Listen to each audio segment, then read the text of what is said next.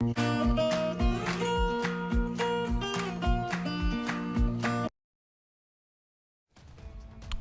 up on Mountain News at 6, school officials in Wolfe County are warning about an increase in the number of vapes confiscated from students.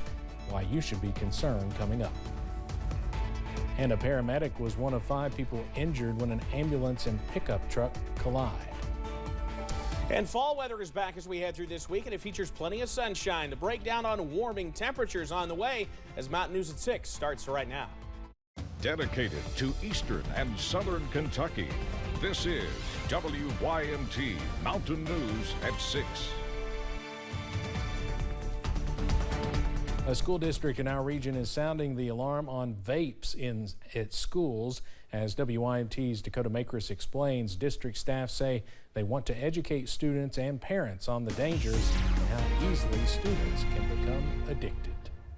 In just one day, Wolfe County Schools staff took 7 vapes away from students. It's extremely alarming what is in these vapes, and we need to alert parents, we need to alert students, we need to alert the community. Superintendent Kenny Bell says before the pandemic, they saw students using vapes. He says it died down when students went to virtual learning, but now it is picking back up. We want all of our kids to make good decisions that for later in life that doesn't have consequences. It's hard when you're a teenager or young kid to see way down the road and the effects that this is going to have on your health. A school resource officer tells me it goes beyond students vaping. He worries about what could be inside of them, like a student buying a vape laced with fentanyl or meth without knowing, showing how easy it is to take apart a vape. Drug dealers are getting smart these days. So at this point we're in, squeeze that juice out. You can go to the dollar store, you can go to Save-A-Lot, pick up one common household item. I can put my meth, I can put my fentanyl, I can put heroin, whatever type of drug that I'm trying to relate to the school, to the kids. He says this can be an issue if students pass a laced vape around, saying when they buy a new vape, it will not give them the same high as the laced one. Any point in time, I or Lee you could lace this, and now you've got to have my vape. A normal vape just won't get it for you. That's how serious this is. Dakota Makris, WYMT Mountain News. The superintendent says the county is partnering with the health department in the coming weeks in an educational program called Catch My Breath to help stop vaping. The communications director for the Wayne County school system in West Virginia says school resource officers have received reports of suspicious activity involving a white van. The van has reportedly been spotted at public places on or near school property. Wayne County school officials published a public safety notice about the vehicle. The school district says both the Wayne County Sheriff's Department and school resource officers are monitoring the situation. An organization collected more than 15,000 books for Eastern Kentucky schools hit hard by flooding.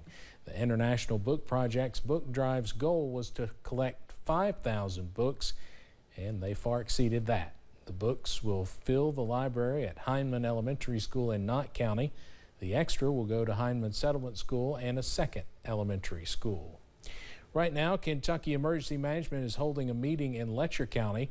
The goal of that meeting is to provide important information regarding FEMA's buyout program. For homeowners in flood-prone areas, FEMA will pay for 3/4 of the acquisition of the property. The process can be complicated and take months or even years, so folks were encouraged to come out to Letcher Central High School tonight to learn more. We have a reporter at the meeting, and we'll have more tonight at 11.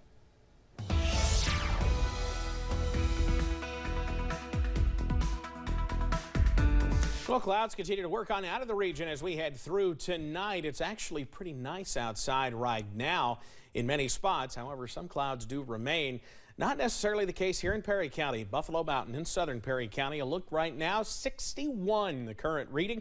So a nice fall evening in progress. The sun about to go behind one of the few remaining clouds we've got.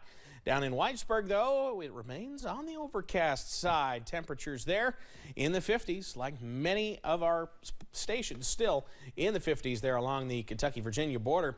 54 Pikeville, 55 Clintwood, 57 in Prestonsburg and Logan, and the cool spot in Wise at 52. We head out to the west, though, where the sun's been out longer. Irvin's at 68, and so Somerset. So some warmer air slowly but surely moving back in.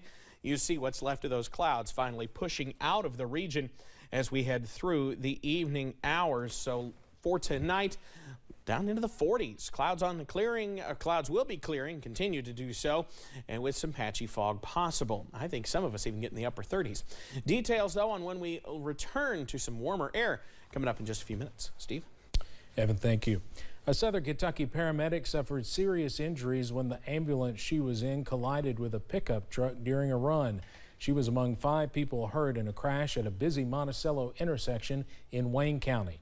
The EMS director says the temporary loss of a truck and a crew is difficult, but as WYMT's Phil Pendleton reports, there's been a lot of support to help them. This is something EMS crews face during every run. Anytime, we get a call, it's always the dangers of being in an accident, especially when we're doing emergency calls. Saturday night, a routine patient run to Lexington was anything but when police say a pickup truck T-boned the ambulance. Quarters says the ambulance had lights and sirens on and had slowed to enter the intersection of Kentucky 90 and North Main Street. We're not barred from it. The lights and sirens does not keep us from being in an accident.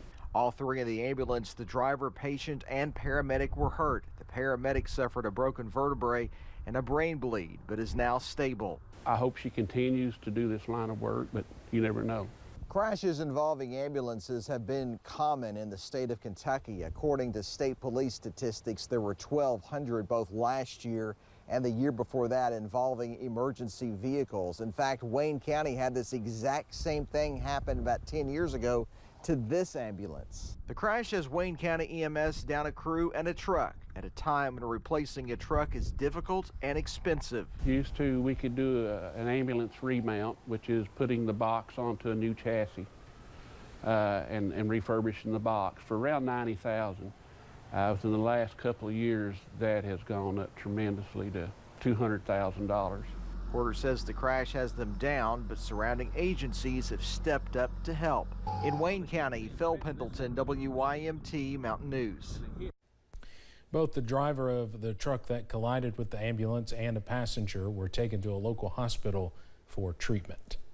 Officials at Jacksboro, Tennessee City Hall say the city currently does not have a police department. It's not clear why the city does not have a police department at this time. Campbell County Sheriff's Office officials say there are no plans this early to determine whether there will be an increased presence from that agency. A district judge sentenced former Kentucky State Representative Robert Goforth to 2 years and 1 month in federal prison for health care fraud and money laundering. Goforth will also have to pay $2.7 million in restitution and $10,000 in fines. Court testimony revealed as of today he has paid more than $1 million in restitution. In May, he admitted that the Clay County pharmacy he owned billed insurance companies along with Medicare and Medicaid for prescriptions customers did not pick up. Goforth resigned from his seat in the Kentucky House in August of last year. At that time, he was facing domestic violence charges. An EKU forensic science professor says he's on the cusp of inventing a device he says will speed up the turnaround time for DNA samples, and it could help police agencies deal with a backlog of thousands of untested sexual assault kits. Jeremy Toms and photojournalist Darnell Crenshaw sat down with the professor who wants to make a difference. There might be some blood here. A lot of times, those CSI shows solve cases through DNA sampling within an hour. But in reality, just getting the sample back takes a lot longer. Typically 24 hours would probably be a good time point for a typical sample, but with this device, it's down to 5 to 9 hours. EKU Director of Forensic Science, Dr. Jamie Fredericks, says he's about 3 to 6 months away from an invention that could decrease the DNA sample turnaround. If successful, he says it could save precious time, helping police catch their suspect. This is not only to help the families involved, but also, you don't want to have a perpetrator on the loose committing additional crimes. We can't show you the actual device because it hasn't been fully developed, but Dr. Fredericks says the testing is similar to a cotton swab, focused on extracting biological fluids. His students are learning the basics of DNA extraction. One of those students will be credited with assisting in the new invention. Dr. Fredericks says this faster process will help police agencies across the country decrease a massive backlog in untested sexual assault kits. I love helping the community, and I think, forensic science fits just in that, where, you're trying to help the community by solving crimes. DNA samples can put a person at the scene of a crime.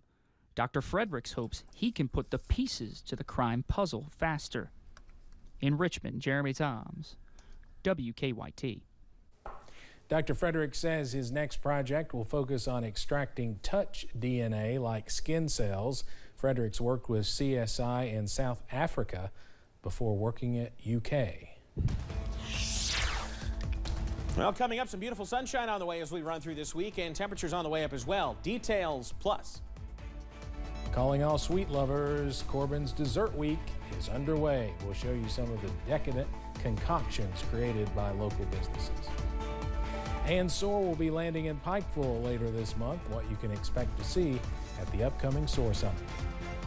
WYMT News app offers alerts on